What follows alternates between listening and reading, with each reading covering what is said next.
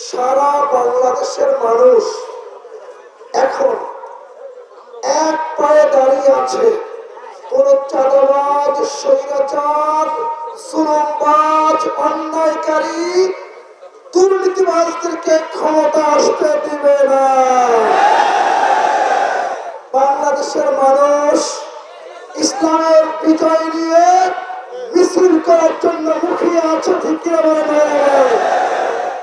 আমরা দেখেছি প্রত্যেকটা জনপদে এবার এক কথায় বলে ওরা রক্ত চক্ষুকে ভয় পাই না, এবার আমরা হাত পাখায় বলতে পারি ইনশাআল্লাহ।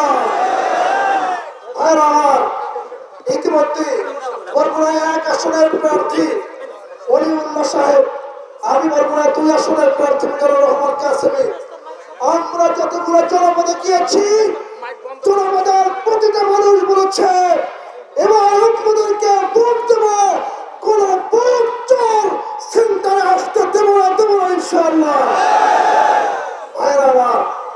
আমরা দেশের উন্নয়নের জন্য এই দক্ষিণাঞ্চল বরাবর অবহেলিত, দক্ষিণাঞ্চল উন্নয়ন বঞ্চিত, আমরা ঘোষণা করেছি এই দক্ষিণাঞ্চলের শিল্প কারখানা, ব্যবসা বাণিজ্যের মাধ্যমে আমাদের যুবকদের কর্মসংস্থানের ব্যবস্থা করা হবে।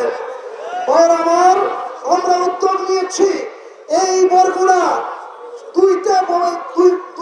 4টে থানা 2টা নদীর উপরে আমরা উদ্যোগ নিয়েছি এই 2 নদী পায়রা এবং পিসখালী নদীর উপরে ব্রিজ হবে ইনশাআল্লাহ।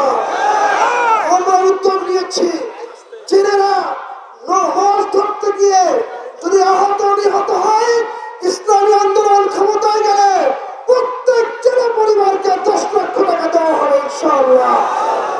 আমরা উদ্যোগ নিয়েছি এই এলাকার যুবক বেকারত্ব দূর করার জন্য যুবকদের কর্মসংস্থান আমাদের সর্বোচ্চ অধিকার থাকবে ইনশাআল্লাহ।